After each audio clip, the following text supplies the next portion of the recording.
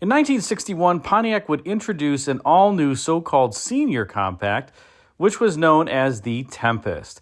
And this was a senior compact because it was slightly larger than the Corvair that Chevrolet had introduced for 1960, but it did have a similar mission, and that was to captivate the hearts and minds of the buying public and convince them that a smaller car didn't necessarily have to mean that they were going to be in the penalty box when they were driving their vehicle back and forth to whatever errands or to work or whatever the car was being used for. And so in 1961, Pontiac introduced their variant of a compact car, the senior compact Pontiac Tempest.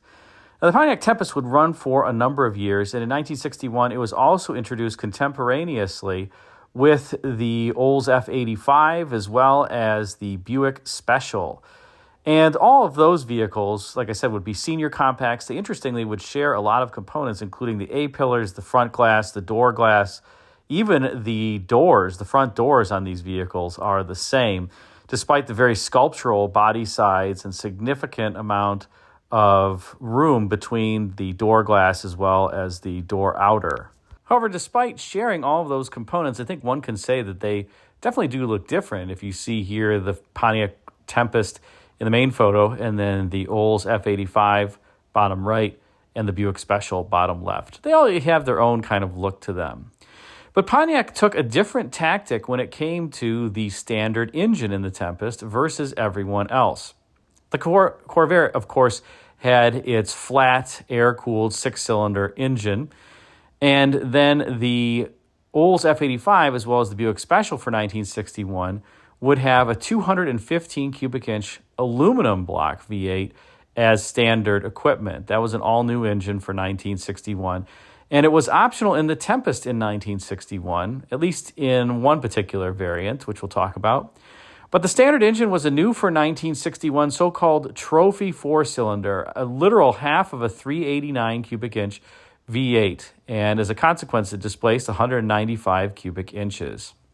Now, four-cylinder engines weren't anything new, certainly on the world stage. But when it came to four-cylinder engines in domestic cars, four cylinders, of course, had been something that was under hood way back when in a number of vehicles. You could say even the Model A Ford, for example. But a four-cylinder that was this large and also one that was so performance-oriented, or at least could be had with a performance orientation, was something that was pretty novel from an American vehicular standpoint. And so for 1961, the Tempest started with a 110 horsepower, kind of regular fuel, single barrel carbureted, four-cylinder, so-called Trophy 4. By the way, Pontiac interestingly called this the Trophy 4 because it had such success with its 389 V8s in racing. It was called the Trophy 8. Well, the four-cylinder became the Trophy 4, despite the fact that in its inaugural years, it certainly hadn't won any races. In any case, you got a standard 110 horsepower Trophy four-cylinder engine in your Tempest. You could option all the way up to the 215 cubic inch V8 that was standard in the F85 and Special, but you could only get the 155 horsepower two-barrel carbureted lower compression variant of the 215 cubic inch V8 in 1961 as the top engine option. Interestingly, in terms of the four-cylinder engines that were available in the Tempest, you could get all the way up to 155 horsepower four-cylinder engine that was topped off by a four-barrel carburetor. So the horsepower differential between the highest option V8 and the highest option four-cylinder was actually nil. Even the torque ratings were pretty much equivalent. It really was just the smoothness that you were getting with the V8 versus the four-cylinder. Although I have to say, I would guess that the four-cylinder was probably more reliable because it was all cast iron and was relatively durable. They did have some issues, in particular timing chains that would stretch in the early years because of the engine vibration. But the overall engine itself was made to be pretty durable, despite the fact that it definitely shook around a little bit and it needed soft engine mounts. It had no balance shaft and was a very large four-cylinder. Now, in that inaugural 1961 model year, you can see from this page from the 1961 Tempest brochure, there were lots of different horsepower variants of the four-cylinder, 110, 120, 130, 140, and then the highest and most potent of the four cylinders, the 155 horsepower variant. The lattermost was the only one that was available with a 4-barrel carburetor. All the others had a single-barrel carburetor, and depending on the horsepower, had a premium or regular fuel configuration. Now, for 1962, there were a number of changes that were made to the Tempest as well as the powertrain lineup. And you can see here that the Tempest received a bit of a different front end. I don't think it's quite as handsome as the 1961 with the very distinct split grille that was really a replica of the 1959 Pontiac. Here, that kind of gets muddied for 1962, although you can see it still has very sculptural body sides, and you just don't see this today. I can't imagine how many hits that each of these pieces of sheet metal would have taken on a stamping die to form. Certainly more than even luxury cars today, I would guess. Probably 7+ hits versus today's 3, 4, or maybe 5 at most hits for a lot of the vehicles out there today. And that's one reason why you don't see such sculptural bodies anymore, is because of the cost to stamp the components.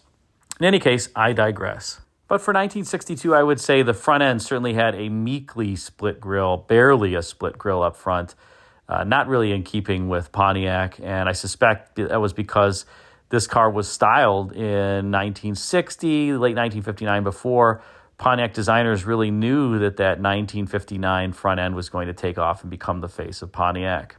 In any case, there were some changes that were brought to the powertrain lineup for 1962. The first thing that was interesting was you still had the top option being a 215 cubic inch aluminum block V8, which I should mention was later sold to Rover. But in any case, that was the top optional engine. But remember in 1961, you could only get the regular fuel 2-barrel variant that made 155 horsepower. Now in the Tempest, the top engine option was the premium fuel variant of that 215 cubic inch V8, making 190 horsepower. So there's a little bit more horsepower at the upper end of the option spectrum in your Tempest in 1962 versus 1961. There were also changes made to the 4 cylinders. The standard and the least powerful variant was still a regular fuel, single-barrel carburetor, 110 horsepower 4-cylinder.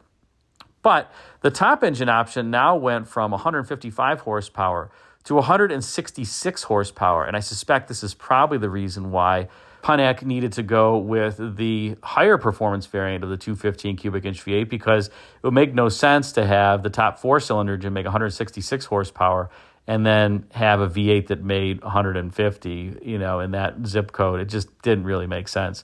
So they had to go with the 190 horsepower variant of the 215 at the upper end of the spectrum.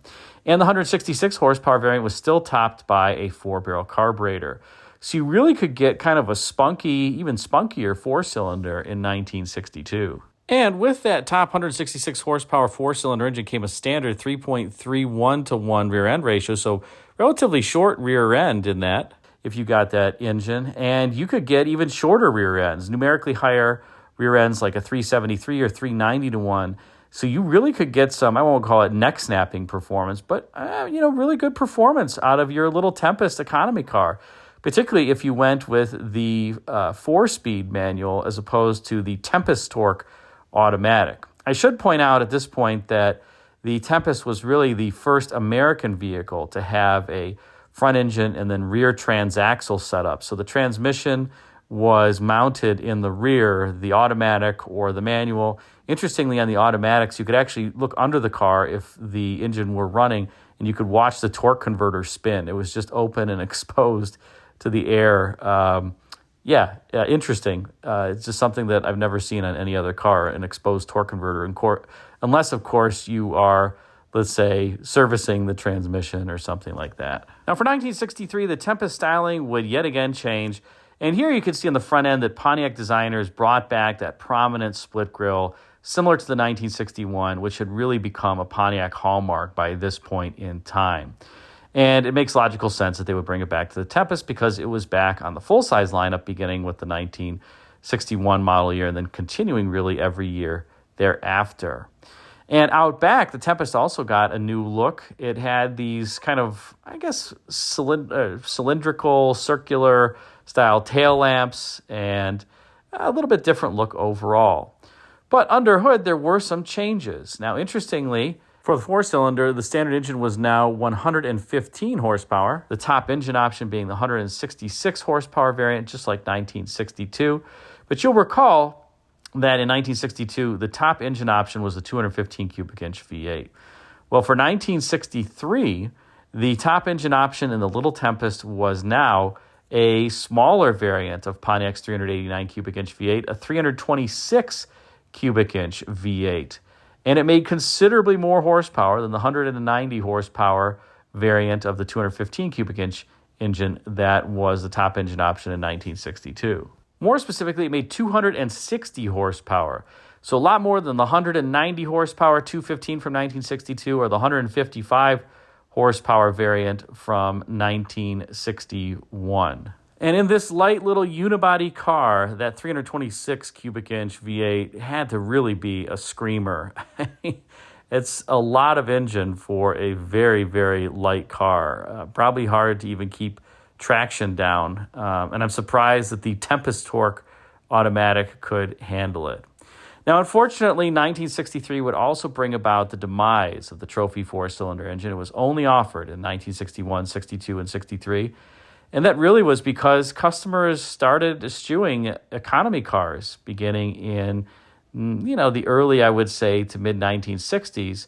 These economy cars were conceived during the late 1950s recession in the United States, where it was thought that customers really wanted more fuel-efficient vehicles. They were going to be more cost-conscious. By the time 1963 rolled around, 1964, the economy was really humming and booming, and customers wanted big cars with big V8 engines. And as a result, the trophy four-cylinder engine was put out to pasture in 1963, and in 1964, you just couldn't get it anymore. And this was kind of a theme for a lot of General Motors' smaller engines during this time, that they were sunset or sold. I mentioned the 215 cubic inch V8 was sold to Rover. GM also introduced in 1962 the so-called Fireball V6 engine, which would later become the famous 3800 engine with a lot of modifications over the years.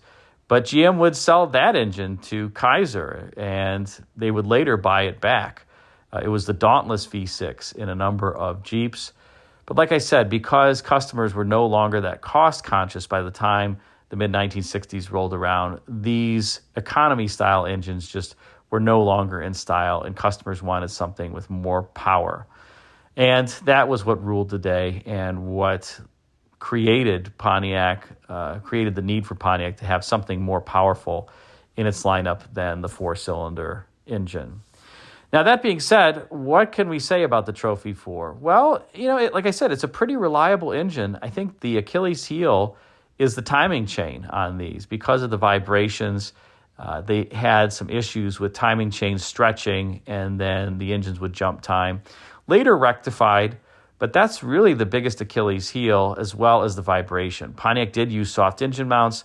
That rear-mounted transaxle coupled with the so-called rope drive shaft and the torque tube did help balance out some of the engine's vibrations, but this really was still an engine that was relatively coarse. And, they kind of sound cool. I have to say that they had a unique sound to them that wasn't bad. It certainly doesn't sound like a V8, but you can even say that the vibration was evident in the fact that the engineers had to mount the air cleaner with some extra mounting. You can see the two bolts that are holding the air cleaner on in addition to the standard wing nut for that reason. And if you've ever seen one of these four-cylinder engines out of tune shaking around, it looks like a washing machine on the spin cycle that is loaded improperly. I mean, it's really, really humorous. But nonetheless, it would take a number of years before General Motors would put balance shafts in its four cylinders of any size. In fact, I'm trying to think, I want to say that in 1988, the Iron Duke 2.5-liter four-cylinder engine, which was also a Pontiac designed engine, was the first General Motors four-cylinder to have a balance shaft.